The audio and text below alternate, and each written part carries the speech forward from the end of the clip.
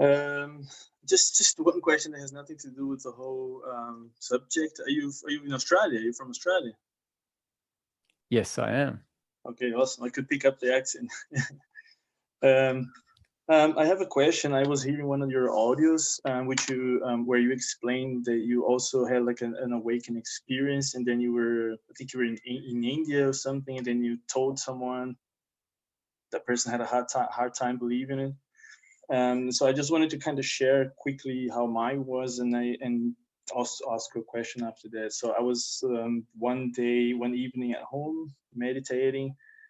Um, that was a day after something really bad happened to me, so I was like, I was kind of without ground underneath my feet. So and Hmm. that evening I meditated, and then I lied down in bed, and then I was just for the last few weeks before that happened, I was always trying to see myself outside of my body, connecting with kind of awareness. And then at that minute, something struck me. Like I was suddenly watching the lamp, just looking at the lamp, and then I kind of had a feeling that it's hard to explain. I try to explain to my wife and everything. It's like I was everything. I was even the lamp.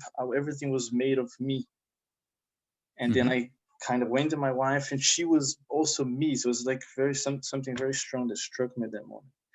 And I Hmm. considered that to be like my awakening moment, where I realized I'm really not what I thought I was.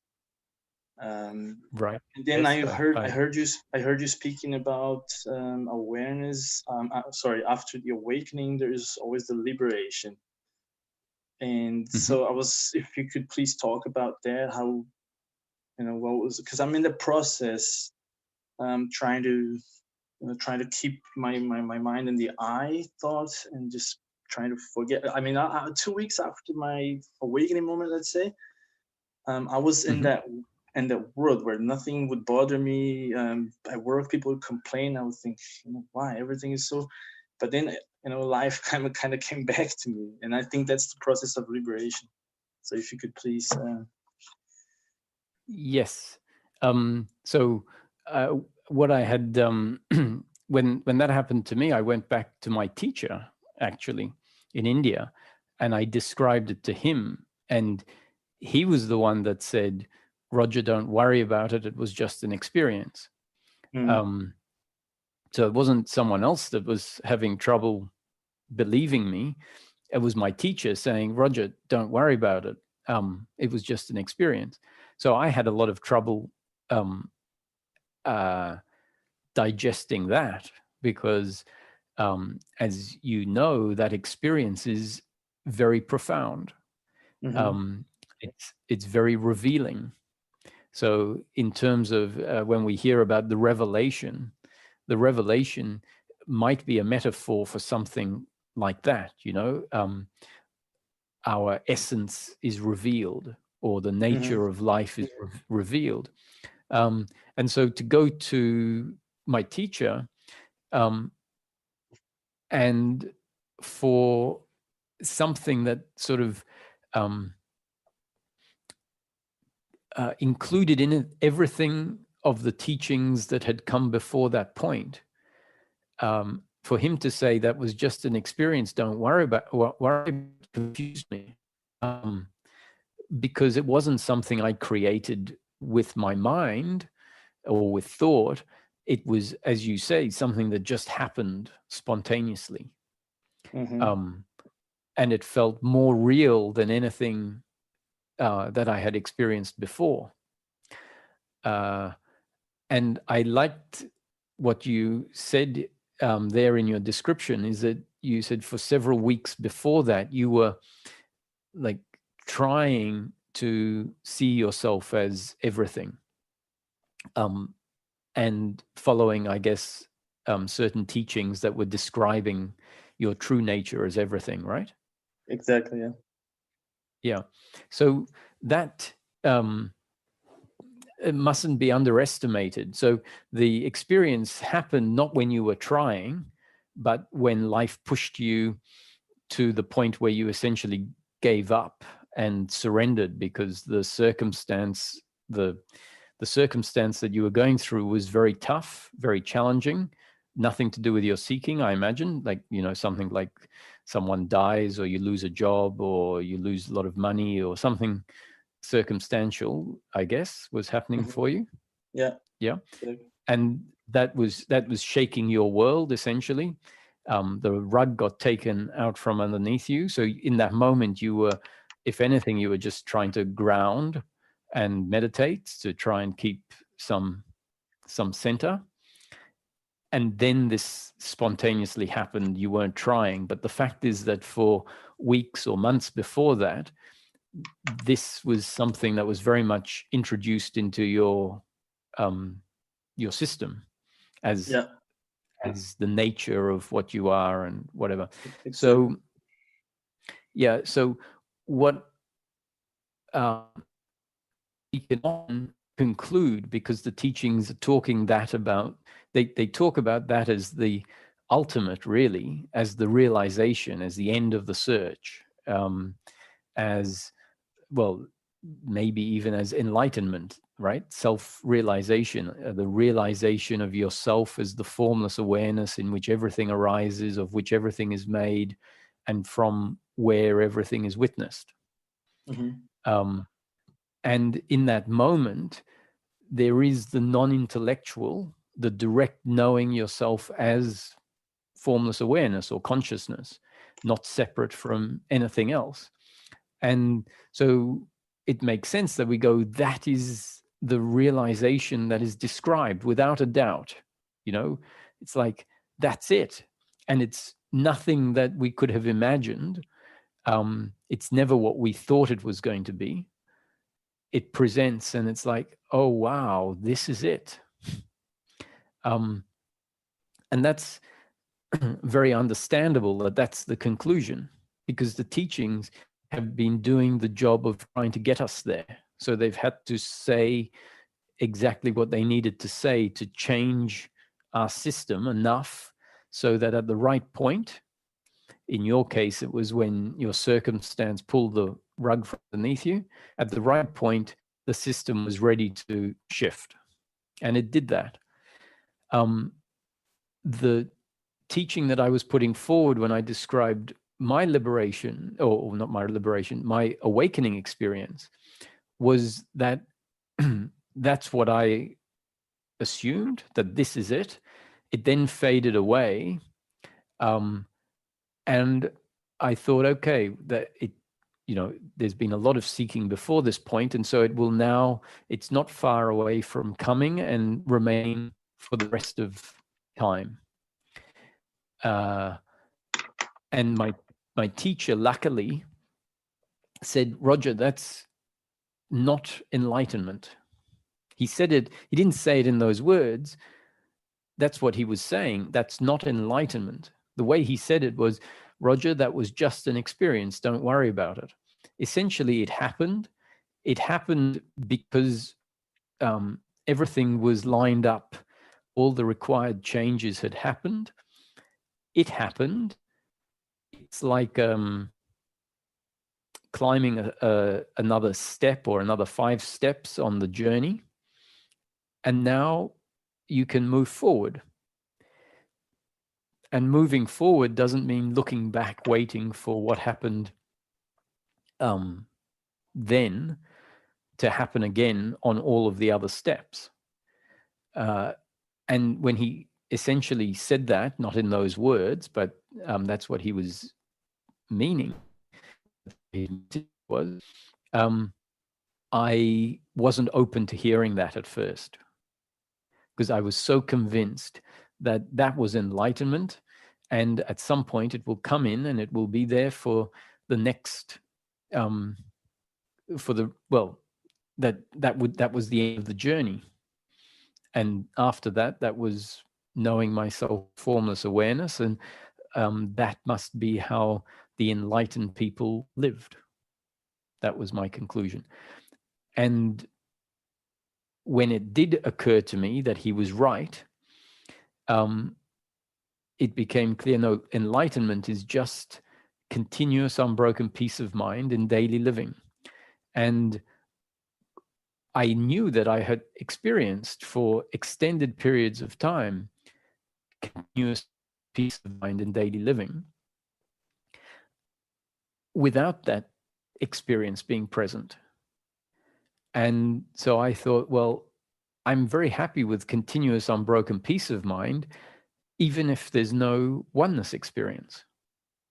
So the shift, the attachment that had happened in my system, not only because of the awakening experience, but before the awakening experience, I was very attached to knowing myself as formless awareness, or rather, not so much very attached, but I was convinced that that's what it was all about. Then the experience happened, and I thought, okay, finally, it is now presenting itself as direct knowing. And so it made sense that I had this belief that that was what it was about.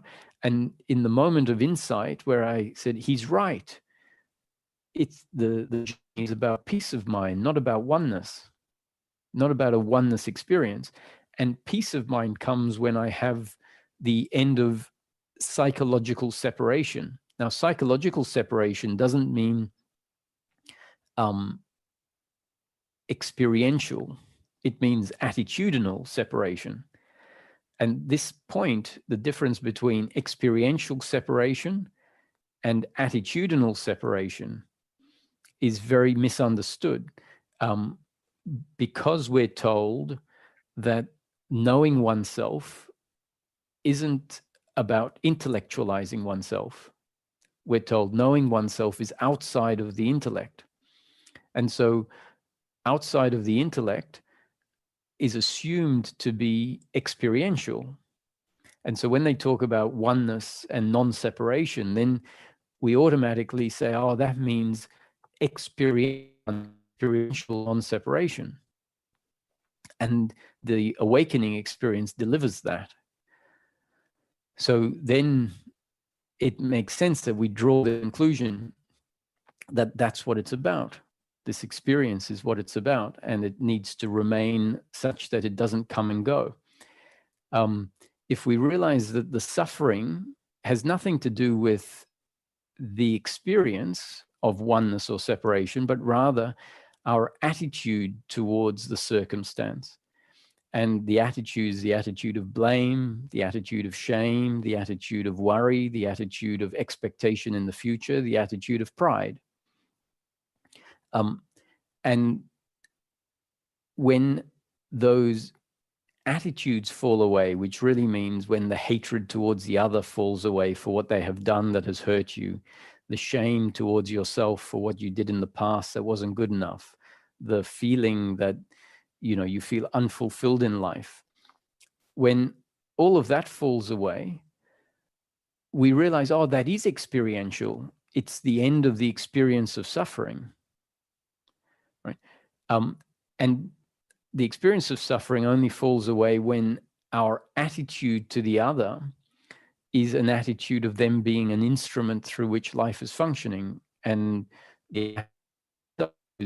an instrument through which life is functioning. And that doesn't require us to feel like we are one with the chair and one with the table and one with our wife. That attitude of separation, which really means the attitude of feeling I am a independent entity that is separate from life, right? And I'm in control of everything I say and everything I do. That attitude is contained in the belief that we have about ourselves. So this is where it relates to today's topic, is the separation is contained in the belief we have of ourselves. So the awakening experience can be seen like a behind the scenes glimpse of, let's say, how life is really constructed, right? So it's like you get this free sample of the oneness of life. And in that free sample, you realize that no one is doing anything. It's all just happening automatically, like a movie. Mm-hmm. And the aim of, so the awakening is there to basically you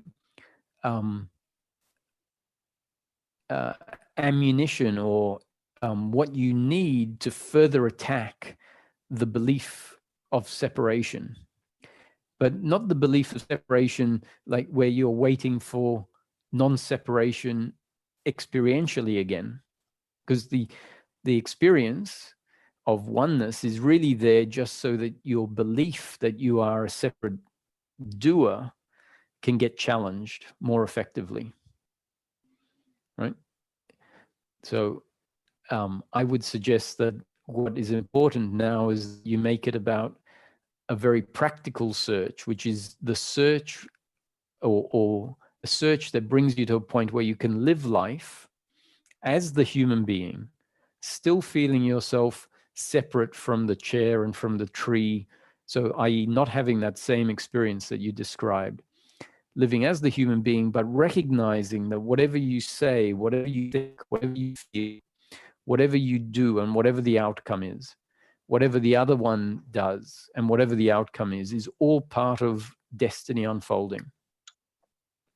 And if you can start to see that your suffering is when you don't see that, when you blame the other and think they should have and could have done it differently, when you are worried about how the future is going to turn out, then you see that that suffering is all based on a set of interpretations of life that are completely out of line with that experience you had.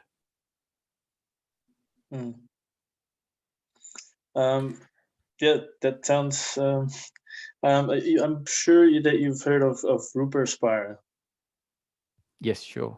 So I was watching one of his videos, and then someone wanted to ask a question and explain also some sort of experience that they had, and then he said, he put it this way, that it was like that was God or awareness giving you a taste of it, so that moment, and then after that you kind of have to then go back to it by yourself, like without doing too much, but just allowing yourself to stay in it. So that's why, I've came across your teachings recently, and then you kind of say the same things, of course, with other words, and it's just kind of, for me, just confirming that I'm not trying to push it too hard to have that experience again, because we tend to do that, right?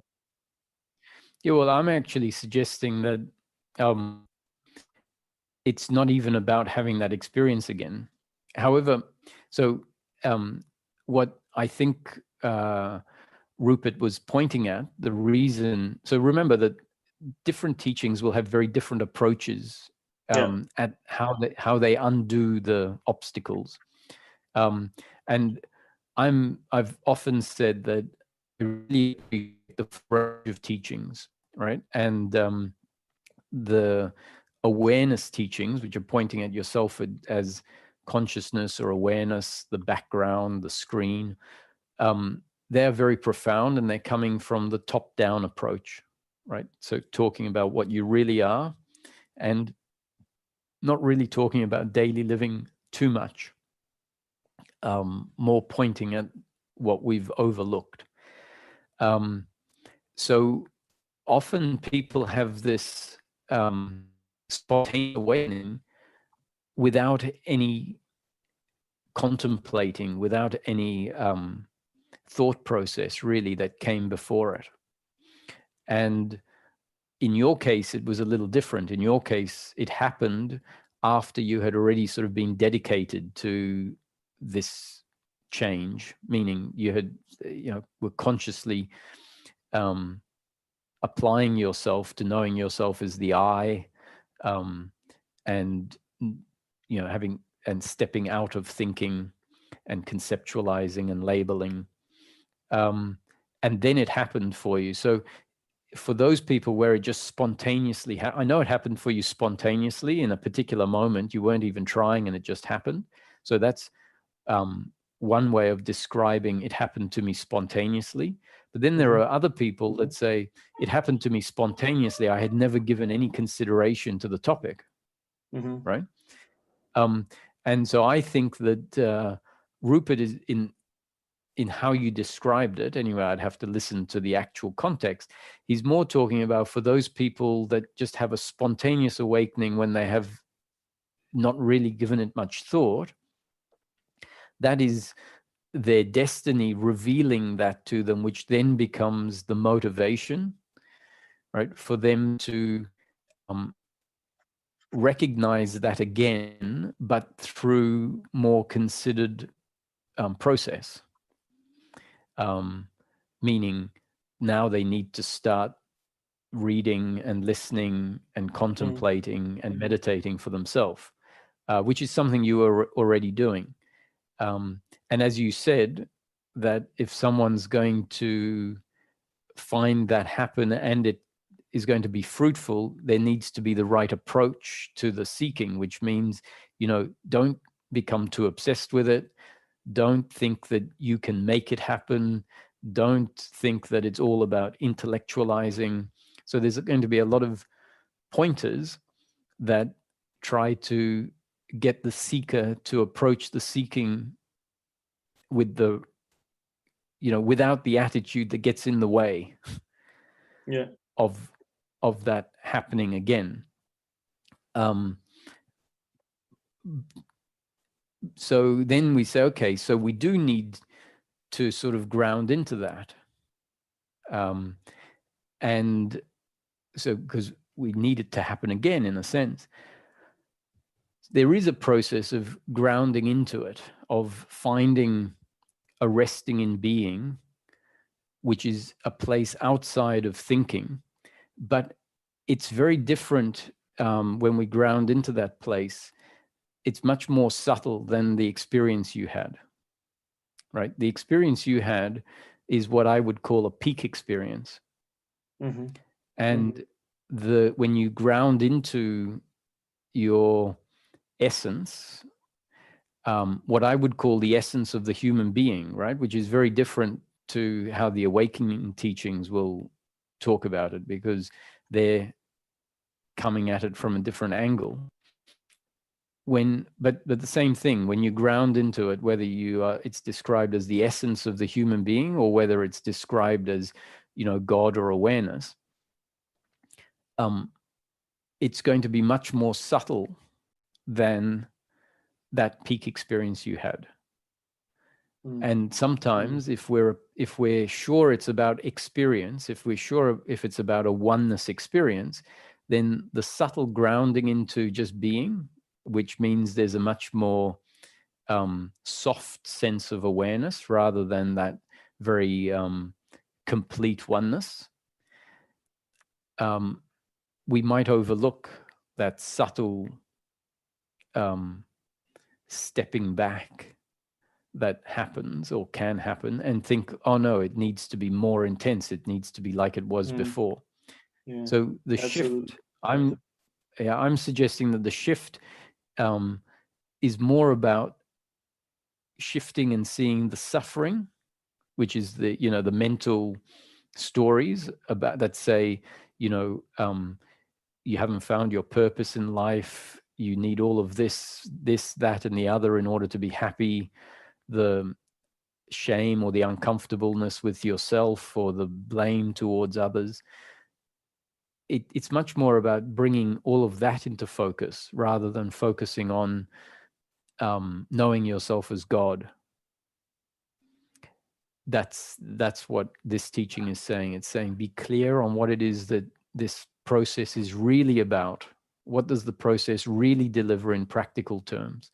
And if you're convinced that the process is about knowing yourself as God or knowing yourself as the infinite, and you don't understand that the practical benefit of that is peace of mind, then the psychological suffering and the absence of psychological suffering won't be something you give too much consideration to. And if you don't give consideration to the practical change that gets delivered, the likelihood is you're attached to a state. You're attached to something that enlightenment really isn't. Because in practical terms, enlightenment is the end of suffering, and my experience is that that exists in the absence of a oneness state, but in the presence of the end of psychological separation. So peace of mind exists without a oneness state, but it exists only when psychological separation falls away. Psychological separation is when we believe I am the one that is making my life happen. When that belief falls away, then the psychological separation has fallen away and we can witness all of it happening.